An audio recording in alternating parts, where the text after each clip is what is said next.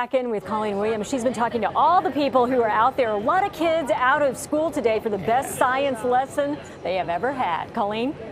Boy, you're absolutely right about that. And you know, a lot of people have a lot of gadgets up there. They know exactly where the Endeavour is right now. We just heard from someone who's tracking it online that it's just passed through Cupertino. So just to give you an idea, that's an update on where the Endeavour is.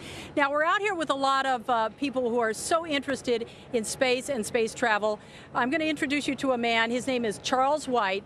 He works at NASA. He works at JPL. He's not an astronaut, he says. He's an astronaut. Yes, indeed. 25 years with NASA. It's Carl Sagan kind of inspired me to work there, and I get all choked up. What sort of reaction are you getting walking in here today in a flight suit? Well, like I said, after my years of service, I'm just proud to wear these colors. This is the colors of my gang. And, you know, there are kids that come up and they want their picture taken. And if they remember that moment the way I remember Carl Sagan, that'll be awesome. Why are you up here today? I mean, you work at JPL. You could be there. A lot of people are up here at the Griffith Observatory. What do you expect to see up here that maybe you wouldn't see down? I've seen the shuttle many times. I've been to landings. I've been to various events. What I came here is the people. And also it's our day off. We have what's called an RDO. So it's our day off. But to see the looks on people's faces, the smiles, the excitement, that's something I want to be a part of. And if I can contribute some way and pay back, that's what I want to do too. Fast forward 10 years from now, what do you think you will look back at and that snapshot you will have in your mind? Oh, well, I have many memories from working at NASA, being out at the Deep Space Network out in the desert while the actual Mars rover pictures are coming down, cheering with my friends in control rooms, and, you know, just doing so many neat things, and, you know, watching a new era of space exploration unfold before us.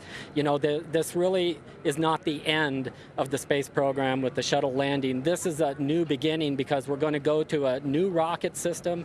We're bringing in private industry. It's really an exciting time. I look at a lot of the young faces around here today thinking they might be inspired by what they see out here with Endeavour. What inspired you to get into NASA, to work for JPL? When I was just a little older than these guys, there was a television show called Cosmos, and it was on TV with Carl Sagan. And he talked about a mythical scientific facility which was somewhere in the world. I had no idea where it was. That facility was JPL.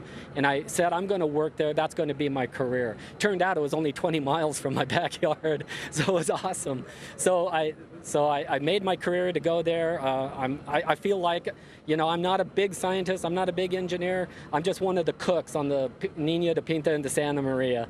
And, you know, you know, I'll let Columbus get all the glory and the credit. I'm just happy to cook up some croissants. I love that term, though. You're an astronaut. I'm an astronaut. And there are a lot of us up here today. Up here today. You know, one of the most poignant moments had to be the flyover in Tucson yesterday to honor Gabby Giffords, of course, the congresswoman who was shot in the head. Her husband, Mark Kelly, was the last commander, the aircraft commander, the shuttle commander on this flight. What will you take away from that, or any of this whole, you know, starting from Cape Canaveral to here? Well, it's a journey, and we often talk about the destination, and it's not just the destination. We've never spent $1 in space. There's no 7-Elevens on Mars. You know, I spent most of my NASA money at my dentist. Yeah, I spent most of it at my dentist. So the money we invest, not spend, invest in this adventures, and that goes back into our economy, goes back into our people.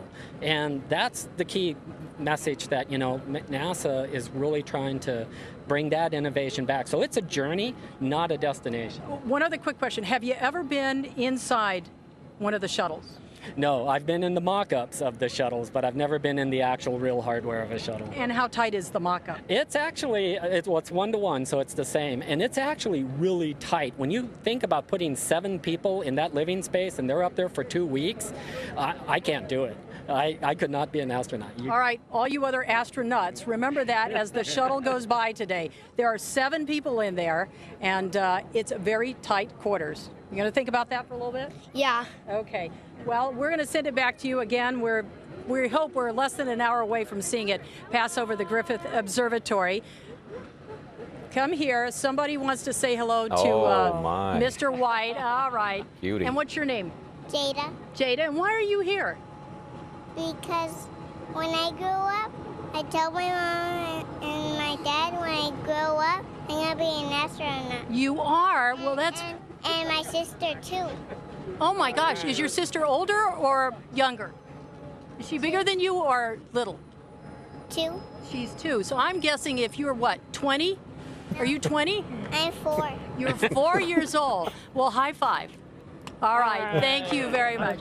And you know, that's what's great about being up here. I see young kids and, you know, obviously their parents have explained what they're doing up here, but every once in a while you'll hear a noise in the sky and they all look up, and you see the contrails up here today. They're all waiting. It doesn't matter what age. Everybody's so fascinated with what will happen here in just a few minutes. I want to add, it is very hot out here. So if anybody's coming up here right now, I advise you, bring your sunscreen, bring your water. If you know somebody who's walking up here, call them now, because you don't want to be caught up here. And we noticed just a few minutes ago, the fire department's up here because they're concerned as well about people being overcome with heat stroke or dehydration. That being said, I'm going to send it back to you in the studio, and we'll talk to you guys in just a few minutes again. Yeah, All when right. we looked at Griffith Observatory, we saw a lot of umbrellas out there. So some people planned, you know, That's to right, stay staying in the out of the shade. sun. I Yeah. love the term astronaut. We're printing To boot. T-shirts Yeah, right now. They're hitting the press.